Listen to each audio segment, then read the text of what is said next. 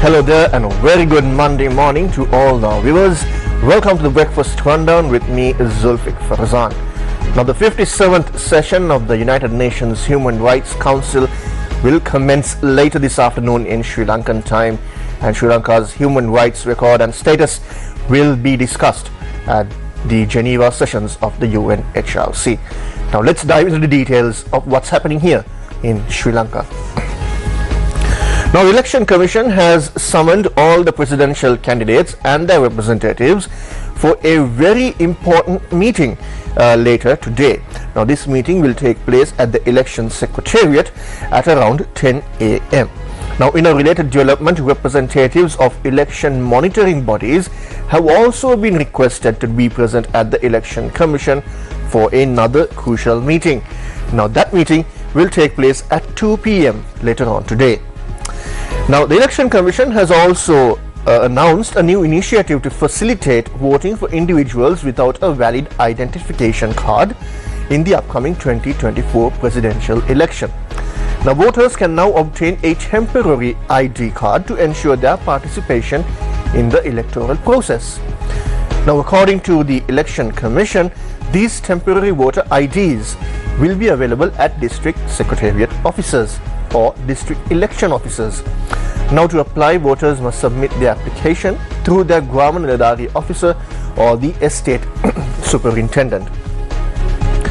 Now, the Election Commission has also reaffirmed its commitment in ensuring a fair and lawful voting process for the upcoming presidential election. Now, Election Commission Chairman RMAL Ratnayaka emphasized the Commission's dedication to prevent any illegal activities that could compromise the integrity of the election. Now, Ratnayaka has urged voters to exercise their intelligence and judgment in selecting suitable president, highlighting the importance of informed decision making in the democratic process.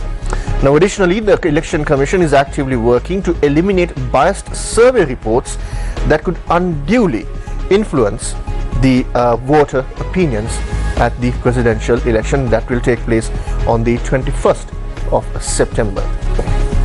Now, at the same time, the political landscape is heating up, with various comments being made by the leading presidential candidates, at sometimes targeting each other as well. Now, independent presidential candidate and sitting president Ranil Wickremesinghe, who is also seeking another term in office and is running for the presidency, has issued a stark warning regarding the potential changes to existing agreements with the International Monetary Fund and other international bodies.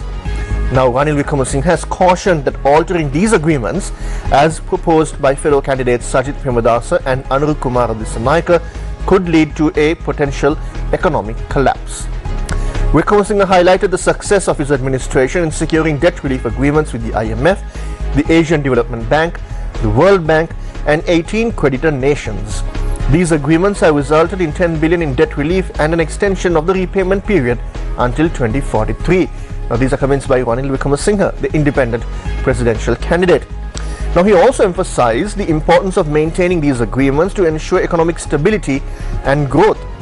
Ranil Wickremesinghe has urged voters to consider potential risks of abandoning the current program, which he believes could lead to a decline in the rupee and further economic instability. Now, another presidential candidate and the youngest presidential candidate this year is Namal Rajapaksa. Now, Namal Rajapaksa is the son of former Sri Lankan President Mahinda Rajapaksa and the nephew of former Sri Lankan President Gotabaya Rajapaksa. Now, Namal Rajapaksa has stressed the importance of village development as a cornerstone of building the country's economy. Now, Rajapaksa has also criticized certain political parties and their leaders for their lack of vision and understanding regarding national development. Now, Rajapaksa highlighted the need to uplift the people starting from the villages to drive economic growth. Now, at the same time, another presidential candidate is Sajith Premadasa.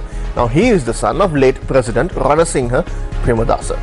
Now, Sajith Premadasa is also the presidential candidate of the Samagi Jana Balawega and its leader and the current opposition leader of parliament. Now, he has vowed to give the respect to the country's traditional heritage if elected. Now, Sajid Premadasa has outlined his plans to support those involved in arts and crafts, emphasizing the importance of preserving and honoring Sri Lanka's cultural legacy. Now, he also highlighted the potential for integrating tourism with the arts and crafts sector to generate foreign exchange to the country. Now, Sajid Premadasa has also announced plans to establish a presidential task force dedicated to uplifting the local traditional culture and ensuring its sustainability. Now, another leading presidential candidate is Anura Kumara Dissanayake. Now, Anura Kumara Dissanayake represents the National People's Power. Now, Dissanayake has committed to prioritizing development of arts and crafts under his administration as well. Now, speaking to a gathering, Anura Kumara Dissanayake has emphasized the importance of revitalizing cultural engagement within communities across the nation.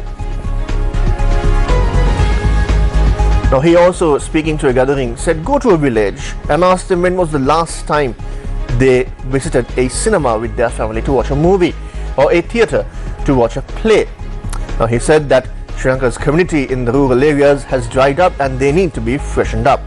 He highlighted the current lack of cultural activities and engagement, pointing out that many people have not recently experienced the joy of watching a movie, attending a play, or even reading literature. Now, Dissanayake's vision includes making art more accessible and integral to everyday life of Sri Lankans, enriching the cultural fabric of society. Now, while all these developments are taking place in the Sri Lankan political landscape, today in Geneva, the 57th session of the United Nations Human Rights Council will meet.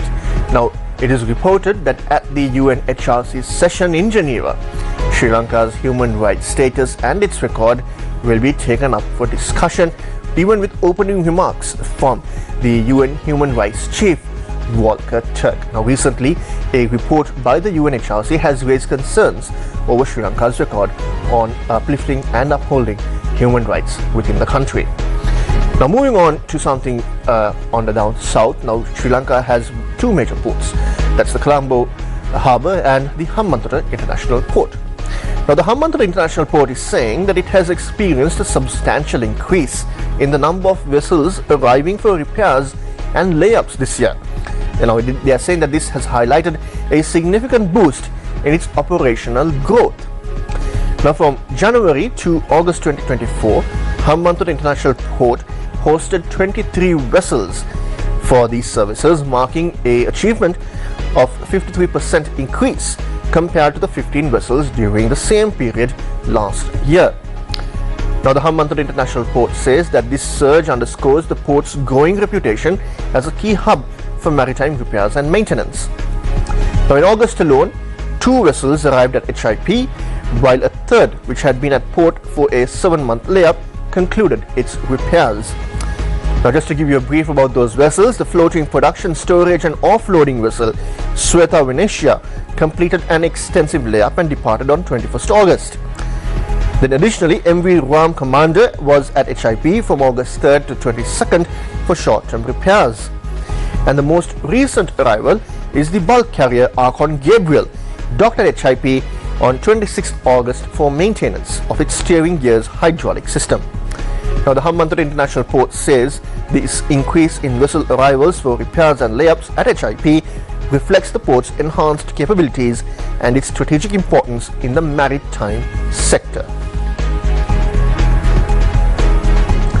Now, if you woke up early this morning, you would have experienced a heavy shower in Colombo and its suburbs and many other parts of the country. Now, the Met Department has issued a weather advisory today as well for coastal areas, warning of showers, strong winds and rough sea conditions. Now, the Met Department says showers or thunder showers are expected in the sea areas of the coast extending from Putlam to Matara, via Colombo and Galle. Now, winds will be southwesterly with speeds ranging from 30 to 40 kilometers per hour. However, wind speeds may increase up to 60 to 65 kilometers per hour at times in the sea areas of the coast extending from Matara to Pothuil, where Hambantota and from Kankasanturai to Putlam via Mana.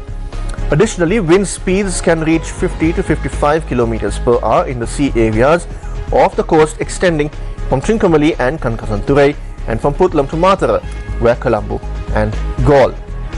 The sea areas off the coast extending from Matara to Pothuil via Hambantota and from Kankasanturai to Putlam via Mana will be rough at times. So this is a warning by the Met Department of Sri Lanka, and as usual we would like to also urge our viewers out there to exercise caution when there is lightning strikes during these rainfall, and to unplug all those electrical appliances and stay safe indoors. And that brings a wrap to this edition's Breakfast Rundown with me, Zulfick Farzan. I'll see you again tomorrow, same time, same place. Until then, take care and God bless.